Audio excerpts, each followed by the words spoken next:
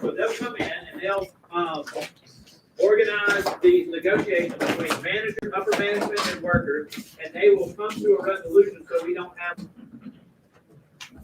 work stoppages. And so production doesn't stop. So their whole idea is to prevent work stoppages, prevent strikes, keep industry rolling. So another way that the government is changing the way it's involved domestically. All right, so we go on National War Labor Board. All right, so let's talk a little bit about Americans and fighting in World War I. So write down this, American Expeditionary Force. So the army that's sent overseas to fight in Europe is known as the American Expeditionary Force. It is led by General John J. Pershing. All right, so this American Expeditionary Force is a new, are working in war jobs or in some of these non-combatant roles. All right, so let's talk about labor movements and the war. All right, so what do you think happened to union membership during the World War I era? Say what? It went up. Why? Why would it go up? Let me ask you this. Did the conditions of World War I create an advantage for workers? Some say no, some say yes. In a way, so explain to me what you're saying, John.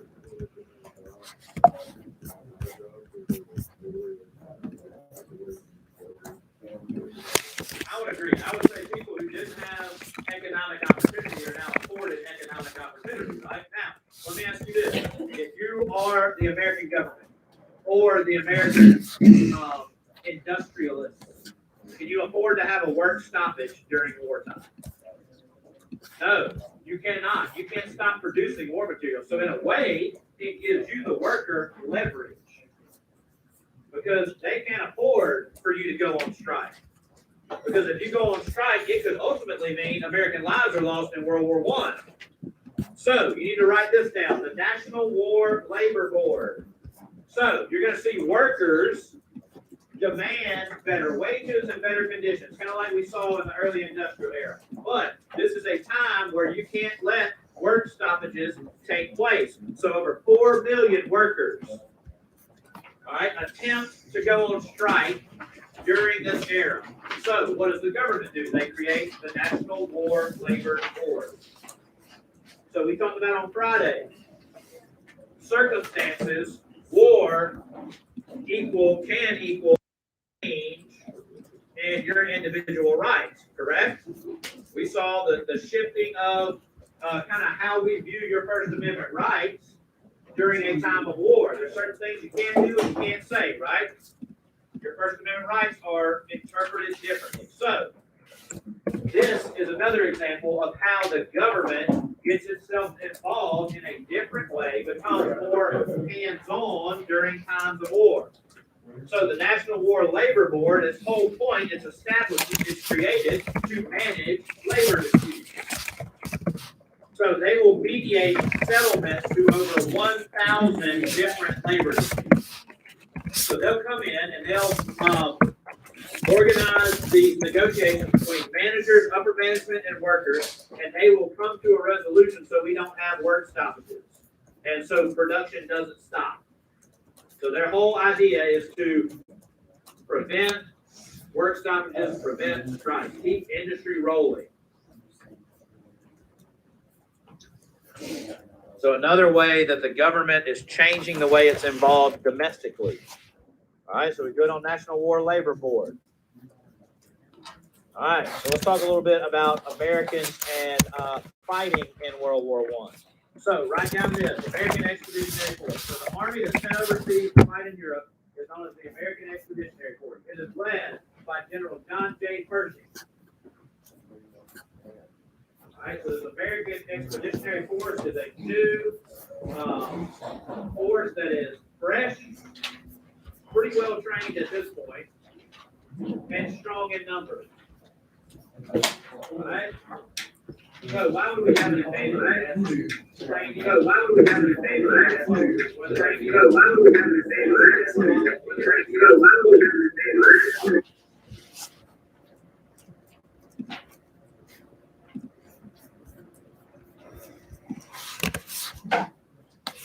Of the fighting there. So we prepare our guys pretty well for this fighting in World War I. So you need to know our Army consists of not just draftees, there's over 3 million of those, but you also have guys who've enlisted in the National Guard. You also have those who volunteered and enlisted on their own. So we have an Army that is large in number, that is pretty well trained, and most importantly, that is fresh. In a war that's been raging, a horrible war that's been raging for multiple years at this point. So let's focus on air warfare, the evolution of air power for a second. So remind me, the technological advancement that allowed planes not just to be reconnaissance tools, but they became implements of war due to what technological advancement? I don't know. What about you? What was that thing? The synchronization. So you need to write that down if you don't know it. Synchronization, tying the engine into the firing mechanism of the gun, so that gun only fires in between rotations of the propeller. That's huge because that takes reconnaissance tool and turns it into an implement of war. And so therefore we have the first fighter pilots, the first fighter squadrons, and the first dogfights, airplane battles above the skies of Europe. Planes battles. So the Red Baron was a soldier in the German infantry. When they start to use air power in this new way, he trains to be a pilot. His real name is Manfred von Richthofen, and he becomes the face of not just the German Air Force, but the German military as a whole. He becomes a propaganda tool that's used in a variety of different ways. He becomes a huge celebrity. All right, so as the Red Baron gains notoriety and begins to accumulate pretty large kill totals as an early pilot, they put him in charge of the other best pilots in the German military, and he becomes the commander of a squadron known as the Flying Circus. All right. The Red Baron, and you're going to see an example here in a second when we watch this video, totals 80 confirmed kills in World War I. And when you see how the war played out here in just a second, that is mind-boggling that he could live that long and shoot down that many guns. In kind of contrast to him, Eddie Rickenbacker is the American ace. He's a former race car driver. His kill total, 26. All right. So the Red Baron is wounded in the summer of 1917. He takes a bullet to the head. He's not killed, but he's wounded pretty severely. He recuperates. He goes back up, but he's never really the same as he was before that wound. All right. In the spring of 1918, he's shot down by some Australian gunners that are down on the ground shooting some anti-aircraft guns.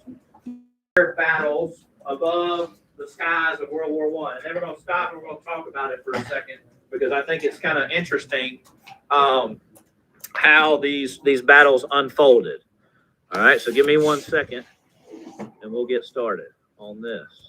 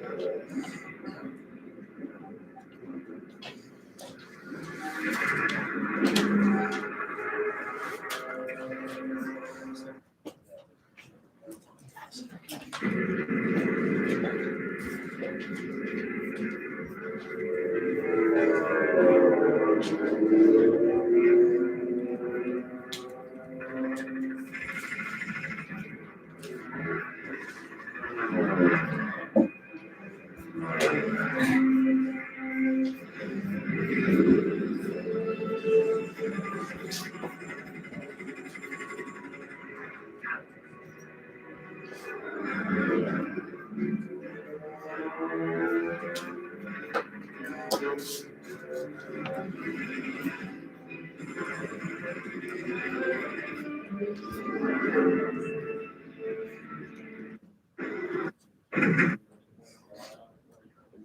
for sure. So you saw not shooting his own men that from shooting your own guy. How'd you know who was who? Based on the colors and the markings. So what two countries did we see fighting one another in that scenario from the Red Bear?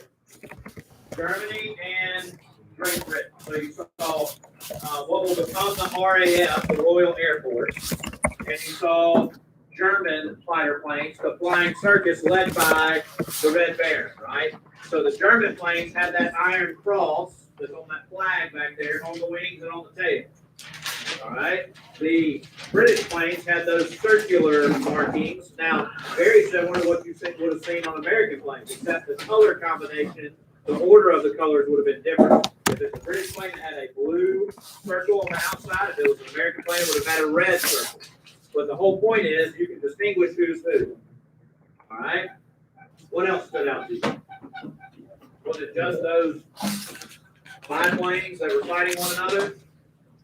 No, you had early bombers, big planes, right? That'll eventually become the big monstrous bombers in World War II as it evolved, right? So you saw the one with the tail gunner, those two guys that got shot. That would be an example of a larger plane used to bomb the trenches.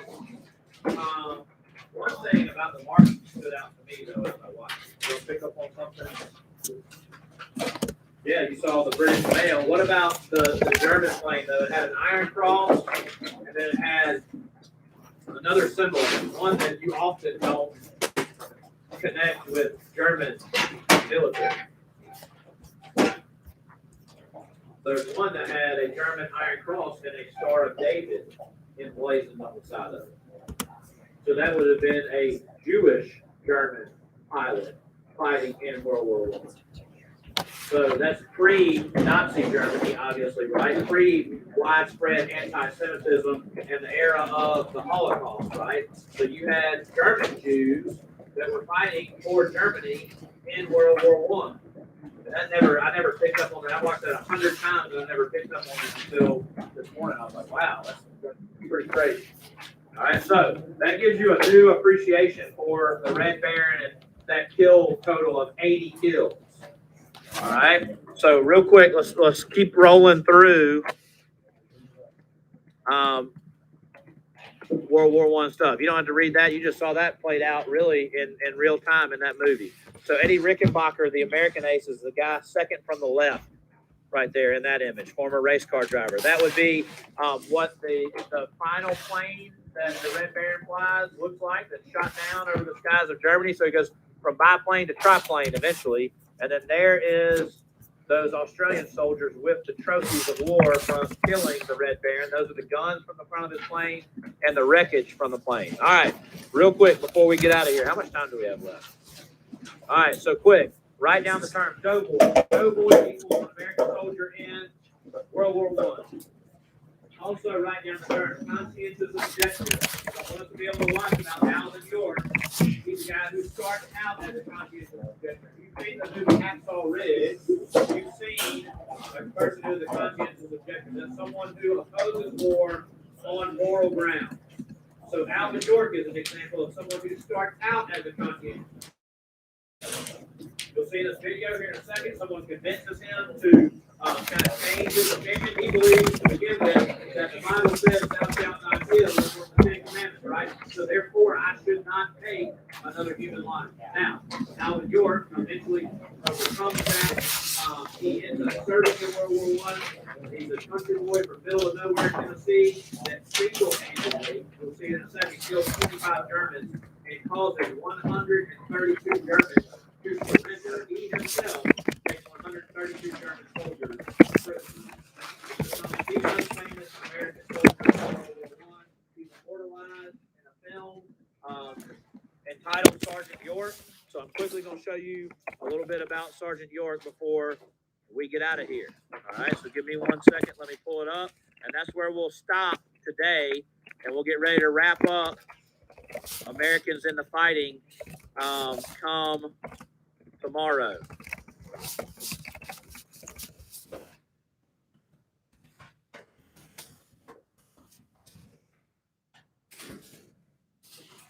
Out of New York was a deeply religious man out of Pall Mall, Tennessee. He registered for the Selective Service and responded when called, but he was convicted about fighting in the war. I was worried clean through. I didn't want to go and kill. I believed in my Bible. Conversations with his commanding officer, also a devout Christian, convinced York that God intended for him to fight and would protect him in the war. He would have particular need for protection on October 8, 1918. York kept a diary throughout the war and described the events of that day.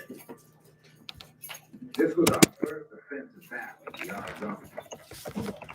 We started over the top for 6:10 a.m. and the Germans were putting their machine guns to work all over the hill of fire on our left and right. I was important. I could see our path being picked off until it almost looked like there was none left. We got through the shells and the gas and occupied Hill 223, which was to be our jumping off place for the advance on the railroad. When the zero round came, we went over the top and started our advance.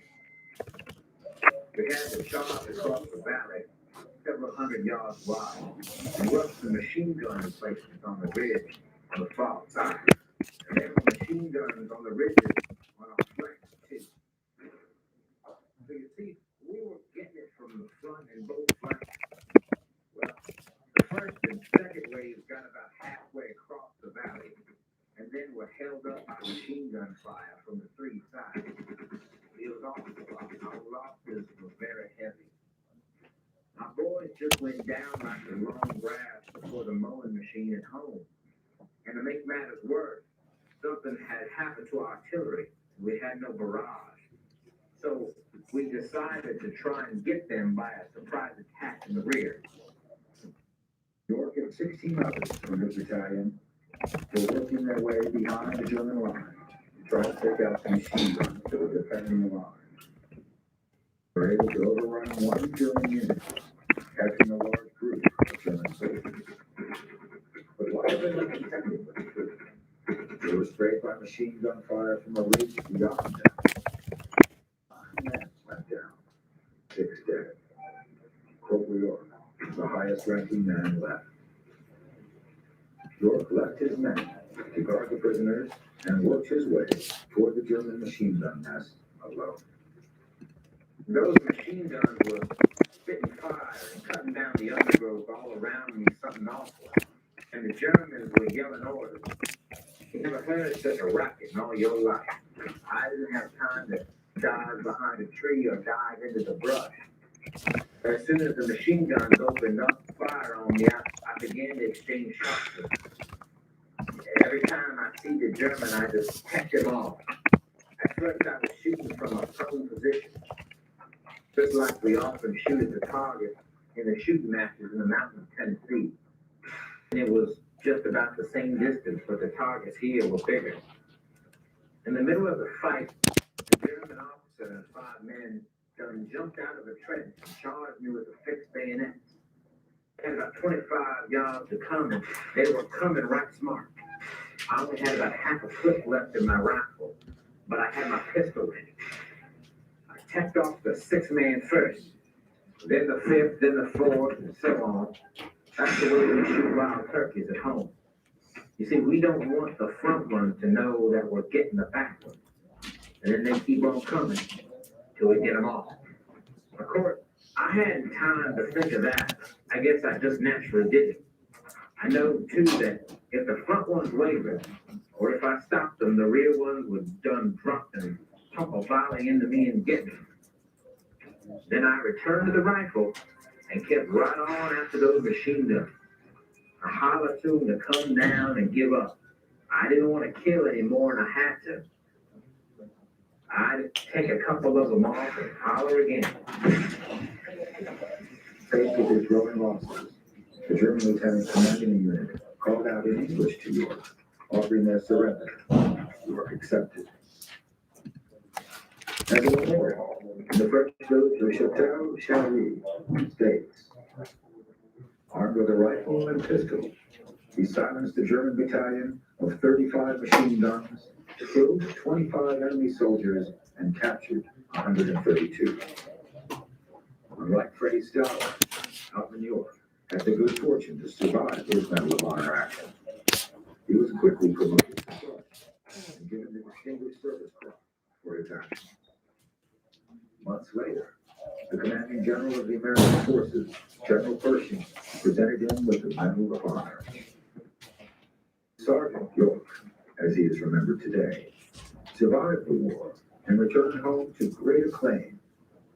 His story was published in the Saturday Evening Post, which had over 2 million readers.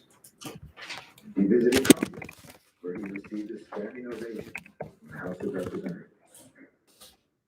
Throughout his life, York was offered many chances to profit from his fame.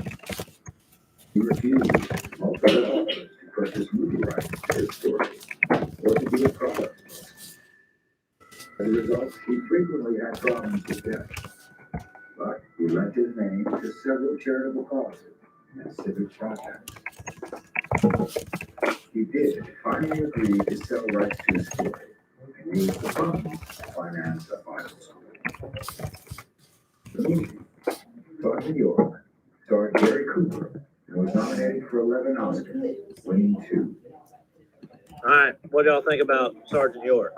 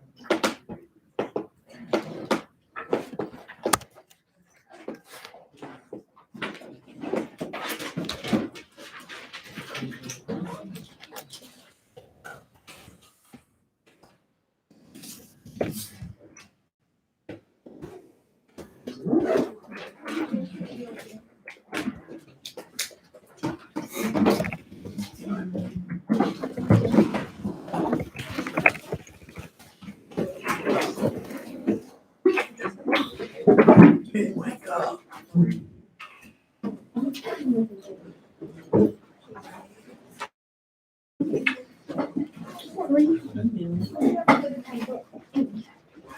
Elon Musk. Don't read it. It's personal. I'm being serious. I just want to see who you're emailing. SpaceX. I'm trying to go to a... What?